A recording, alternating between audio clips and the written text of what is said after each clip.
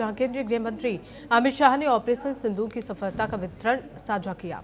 उन्होंने कहा कि भारतीय सेना ने हिजबुल मुजाहिदीन और लश्कर-ए-तैयबा के 9 मुख्यालय, ट्रेनिंग कैंप और लॉन्चिंग पैड्स को खत्म कर दिया।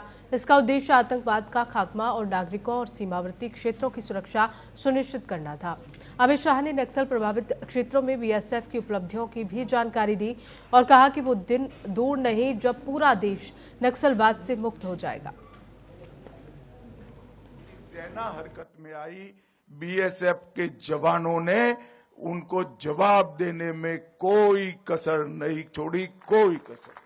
कुछ ही दिनों में बीएसएफ और सेना के पराक्रम के कारण पाकिस्तान ने एक तरफा संधि की घोषणा की और इसके कारण समग्र विश्व के अंदर ये निश्चित हो गया कि भारत की सीमा और भारत के सुरक्षा बलों के साथ छेड़खानी नहीं करते हैं, वरना नतीजे भुगतने पड़ते हैं। मित्रों, जैसे मोहम्मद,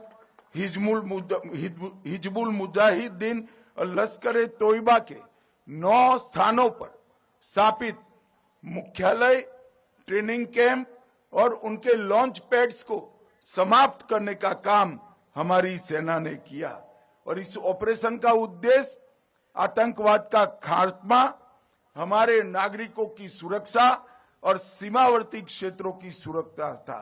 और इस ऑपरेशन के दौरान सब इंस्पेक्टर मोहम्मद इम्तियाज अहमद और हमारे सिपाही श्री दीपक जी शहीदी को प्राप्त किए और एक अद्वितीय वीरता का परिचय दिया है। मैं आज वो दोनों हमारे वीरों को मनपूर्वक श्रद्धांजलि देना चाहता हूं।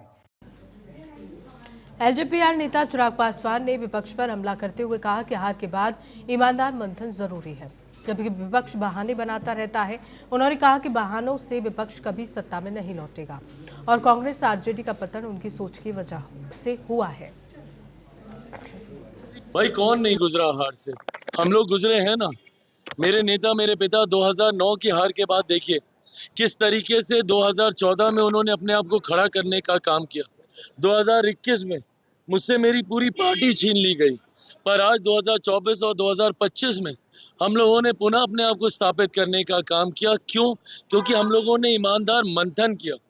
2020 के मेरे इंटरव्यूज निकाल के देखिए, मैंने कभी किसी दूसरे पे ठीकरा नहीं फोड़ा कि भाई मेरी पार्टी का प्रदर्शन अच्छा क्यों नहीं रहा। हम लोगों ने ईमानदार मंथन किया कि हम लोगों से कहाँ कमी रह गई, कहाँ चूक हो गई। इतने अहंकार में डूबी हुई ये पार्टियां हैं, कांग्रेस हो, राजद हो, कि ये सिर्फ ठीकरा फोड़ने पे। आप मुझे बता दीजिए, आज इतने दिन होने को आए, रिजल्ट आए को 14 तारीख को आया था ना रिजल्ट, आज का 21 तारीख है, 20 तारीख है, हफ्ता होने को आ गया, 7 दिन होने को आ गया। इन लोगों ने अभी तक मंथन तक करना जरूरी नहीं समझा। एक बैठक की बस नेता चुन लिया अपने आप को और अभी तक आप इस बात पे ही ठीकरा फोड़ने में लगे हैं। कभी एसआईआर खराब, तो कभी इसका वोट चोरी हो गया, तो कभी इसने वोट काट लिया, तो कभी यहाँ धांधली हो गई, वहां, मतलब आप दूध के धुले। तो वहीं केंद्रीय मंत्री चिराग पासवान की मां रीना पासवान ने बिहार कैबिनेट में अपनी पार्टी के शामिल होने पर खुशी जताई। उन्होंने कहा कि उपलब्धि चिराग पासवान की मेहनत का परिणाम है और परिवार इस सफलता को लेकर बहुत खुश है।